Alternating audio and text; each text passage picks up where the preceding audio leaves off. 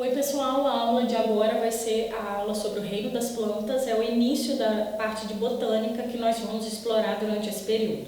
Para falar das plantas, a primeira coisa que você tem que saber é que todas as plantas são pluricelulares. Nós já tivemos as algas no grupo das plantas e hoje em dia elas estão separadas, sem nenhum reino. Planta não é alga e alga não é planta de jeito nenhum, apesar de várias características em comum.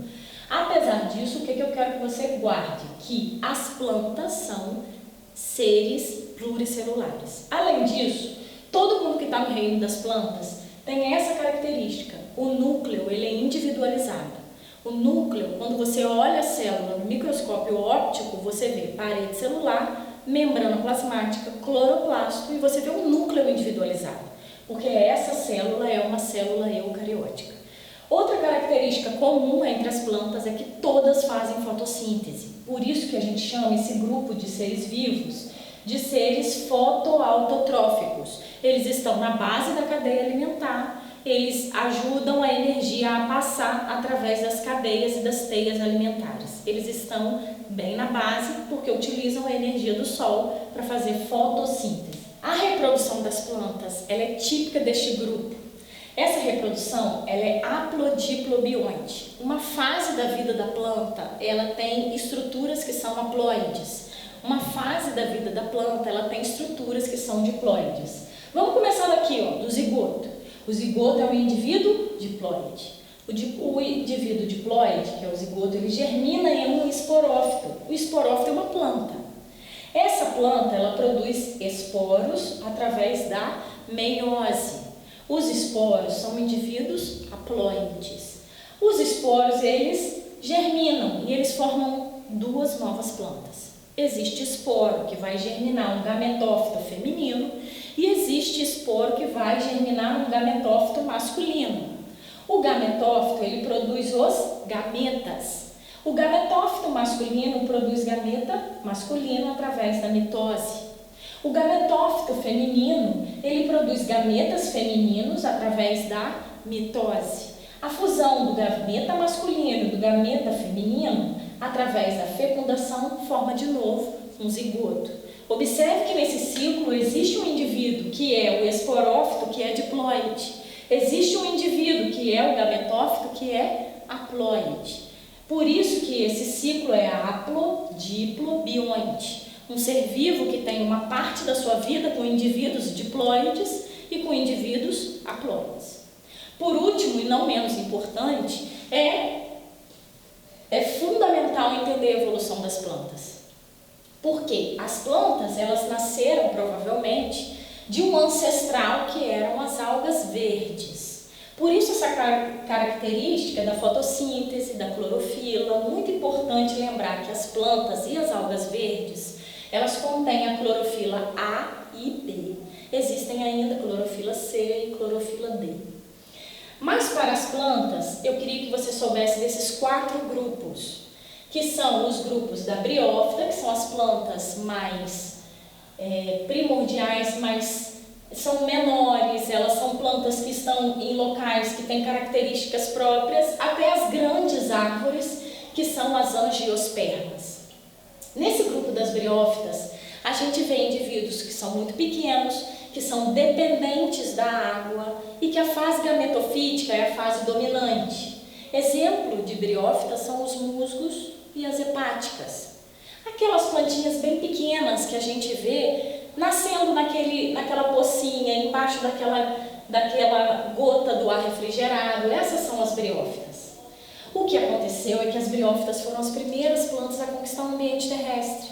Logo depois, a gente começa a estudar as pteridófitas. E elas já estão separadas num grupo mais definido, mais importante, porque essas plantas, elas, ao invés de ter o gametófito dominante, essas 3 plantas, pteridófita, gimnosperma e angiosperma, elas têm os esporófito dominante.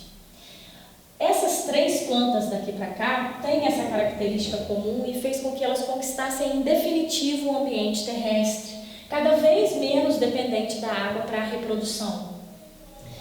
Exemplo de pteridófita que é importante no nosso dia a dia são as samambaias, as avencas, as plantas que têm aquela folhinha enroladinha, que é o báculo.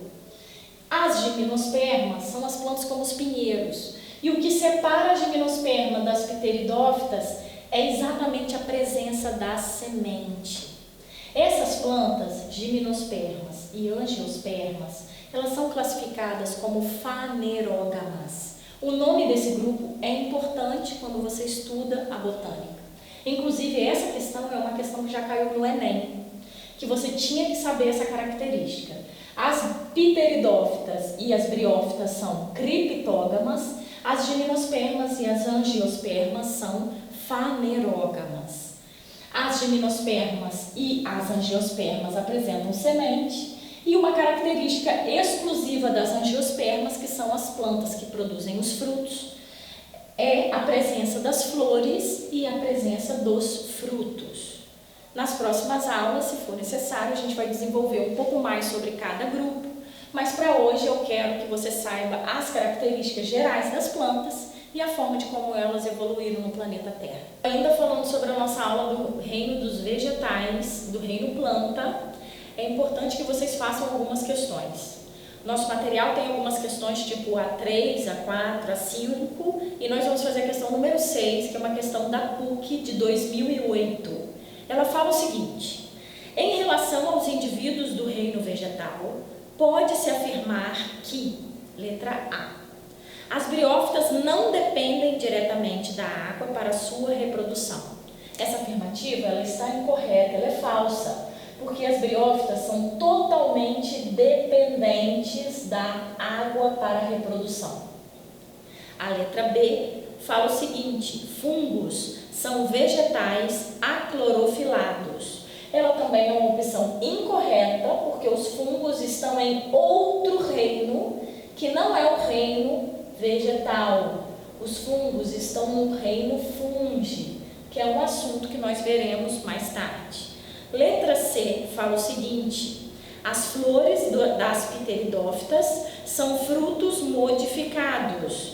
É o contrário. Na verdade, as flores, elas são folhas modificadas. E aí, sendo assim, essa opção também é incorreta, porque na verdade as flores, elas são folhas modificadas.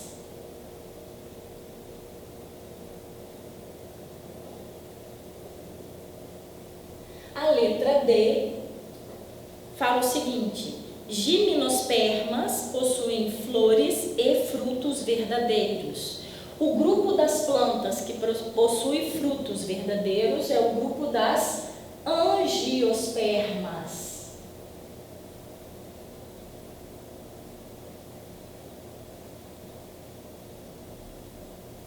E a letra E fala o seguinte: fruto das angiospermas se originam a partir do desenvolvimento do ovário. Verdade, a resposta é essa, a resposta é a letra E. Até a próxima e a gente se vê.